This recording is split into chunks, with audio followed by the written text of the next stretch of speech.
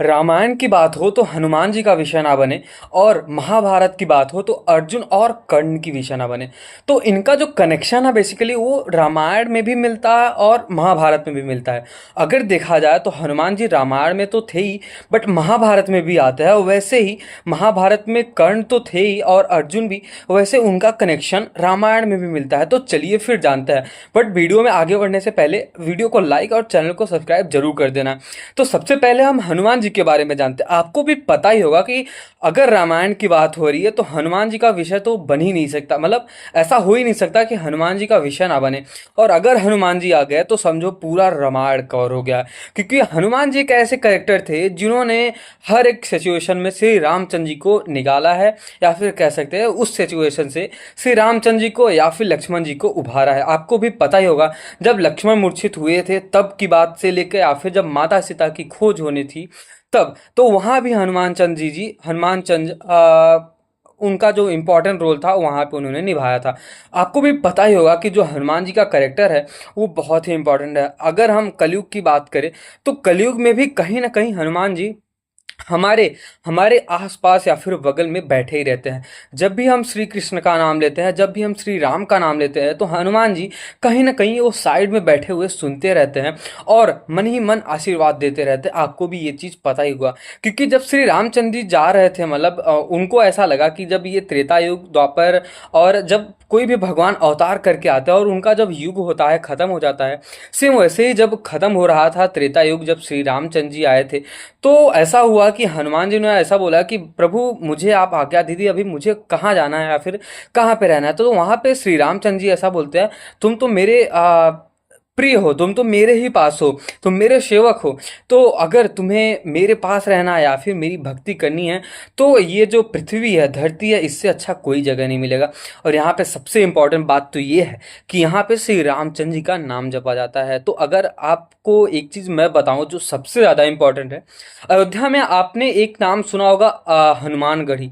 वहाँ पे हनुमान जी श्री रामचंद्र जी के जितने भी कह सकते हैं शिष्य जाते हैं, या फिर जितने भी श्री रामचंद्र जी की सेवा करने जाते हैं या फिर उनको देखने जाते हैं, दर्शन करने जाते हैं, सबसे पहले वो हनुमान जी से परमिशन लेते हैं, आज्ञा लेते हैं कि प्रभु आप मुझे आज्ञा दीजिए कि मैं श्री रामचंद्र जी के पास जा पाऊँ या फिर उनको देख पाऊँ। क्योंकि किसी के अंदर इतनी ताकत तो नहीं कि हनुमान जी के बिना परमिशन के श्री रामचंद्र जी से मिल ले। और वैसे ही हनुमानगढ़ी में श्री हनुमान जी जो अपने हनुमान दादा हैं, उनकी एक मूर्ति है, उनका एक मंदिर बना हुआ है। सबसे पहले इंसान वहाँ पे हनुमान जी से परमिशन लेता है कि प्रभु आप मुझे दर्शन दीजिए कि मैं श्री रामचंद्र जी का दर्शन कर पाऊँ। तब हनुमान जी आज्ञा देते हैं और तब जाते हैं वो, कोई भी इंसान वहाँ पे हनुमान रामलला का दर्शन करके आते हैं। आपको भी पता ही होगा कि जो हनुमान जी है और रामचंद्र जी, इनका कनेक्शन क्या है, वो भक्त का है। और ऐसा भी माना जाता है कि अगर आपने एक चीज़ ध्यान दिया होगा, सबसे ज़्यादा इम्पोर्टेंट जो है कि जो पिता और पुत्र का है, वो जो कनेक्शन होता है हिस्ट्री में, वो कोई नहीं ध्यान देता। बट देखा जाए तो जो गुरु और शिष्य या फिर सेवक और दास का जो कह सकते हैं कनेक्शन होता है, या फिर ऐसा कहा जाता है कि जो सेवक और दास का जो कनेक्शन होता है वो बहुत ही भरपूर या फिर बहुत ही बढ़िया होता है। आपको भी पता होगा इतिहास में ऐसे बहुत सारे ऐसे कैरेक्टर्स थे। जैसे देखा जाए तो जो अपने अर्जुन हैं और गुरु द्रोण है, या फिर अपने कह सकते हैं श्री हनुमान जी और रामचंद्र जी है। ऐसे बहुत सारे आपको एग्जाम्पल्स मिल जाएंगे जहाँ पे सबसे सटीक एग्जाम्पल होगा गुरु और सेवक का। और अगर आप देखो पिता और पुत्र का, तो आपको कोई भी एग्जाम्पल नहीं मिलेगा। जैसे राम के जो पुत्र थे लव और कुश, वो श्री रामचंद्र जी के ही इतने बलशाली थे क्योंकि उन्होंने भरत जी और लक्ष्मण और शत्रुघ्न जी को हराया था, एक अगर कनेक्शन से देखे तो।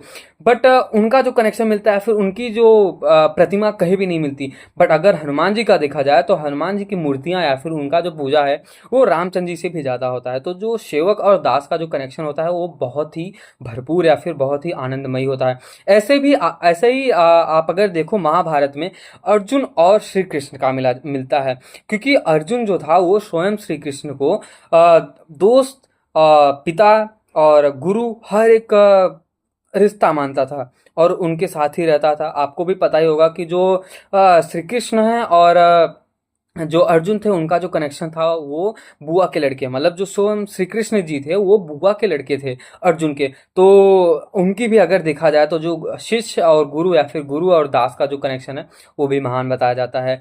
तो अगर महाभारत हो तो अर्जुन और कर्ण की बात हो, ऐसा कभी हुआ नहीं है कोई इनकी बात कनेक्शन इनकी बात आए ही ना, वैसे ही जैसे रामायण में हुई। तो अगर महाभारत हो तो आपको एक चीज सबसे ज्यादा फेमस या फिर लगती है कि अर्जुन और कर्ण का जो मेन रहता है, मेन रोल रहता है कि अर्जुन धनुर्धर या फिर कर्ण धनुर्धर कौन है। तो इसमें बहुत सारे ऐसे कनेक्शन उठते हैं या फिर बहुत सारे ऐसे बात उठते हैं कि अर्जुन महान धनुर्धर था या फिर कर्ण महान धनुर्धर था। आपको पता ही होगा कि अर्जुन ही है ऑफ कोर्स, क्योंकि कोई भी इंसान अगर महान बनता है या फिर उसके जो विचार है वो महान अगर बनते हैं तो उसके लिए बहुत सारे ऐसे परिश्रम होते हैं या फिर कुछ ऐसी चीजें होती है जो उसके अंदर होनी ही चाहिए, तभी वो इंसान महान बनता है।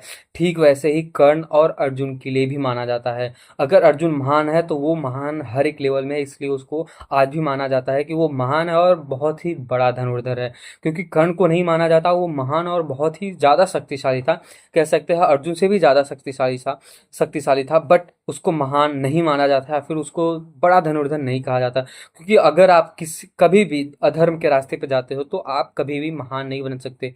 बट हाँ, कह सकते हैं कि आप कुछ टाइम के लिए आप अपनी योग्यता बढ़ा सकते हो, आपकी अपनी क्षमता बढ़ा सकते हो, बट उसको कोई हिस्ट्री में उसको आपको याद नहीं करेगा। बट आपको मतलब अभी के मामले में अगर देखा जाए कलयुग में तो सब लोग ऐसा बोलते हैं कि कर्ण के साथ पक्षपात हुआ या फिर स्वयं श्री कृष्ण ने उसको हराया या फिर मारा, बट ऐसा नहीं है। अगर कोई भी इंसान अधर्म के रास्ते पे जाएगा तो उसको भुगतना तो पड़ेगा। स्वयं श्री कृष्ण ने भी ये चीज़ बोली थी कि अगर तुम अधर्म के मार्ग पे जाओगे तो तुम्हारी दुर्दशा होगी।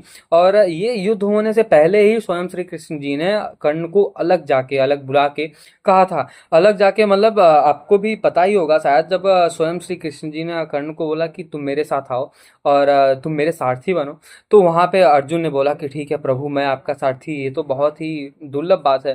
फिर वहां पे गया, फिर स्वयं श्री कृष्ण जी ने कर्ण को बताया कि अगर तुम अधर्म के रास्ते पे चलते हो या फिर दुर्योधन के साथ चलते हो तो तुम्हारी गति होगी। तो यहाँ पे कहा जाता है कि कर्ण वहां पे नहीं माना, उसने बोला कि अधर्म हो या फिर धर्म हो मैं तो रहूंगा अपने दोस्त के ही साथ, क्योंकि उसने मेरी उस टाइम हेल्प की थी जब कोई मेरे साथ नहीं था। मतलब जब सब लोग मुझे सूत पुत्र बोल रहे थे तब उस टाइम कर्ण सॉरी दुर्योधन उस टाइम मेरे साथ खड़ा था और मेरे साथ हाथ में हाथ मिला के खड़ा था। तो ऐसे ही जो अगर बात करें महाभारत में हनुमान जी की बात, तो आपको पता ही होगा जो है स्वयं श्री कृष्ण जी ने हनुमान जी को पूरी महाभारत सुनाई है या फिर कह सकते हैं ज्ञान दिया है, भगवत गीता का ज्ञान दिया है। आपको भी पता है जो भगवत गीता का जो 18 पूरा अध्याय है वो स्वयं हनुमान जी भी सुने हैं, और वो भी भगवान श्री कृष्ण के मुख से। सोचो उनकी लीला क्या है।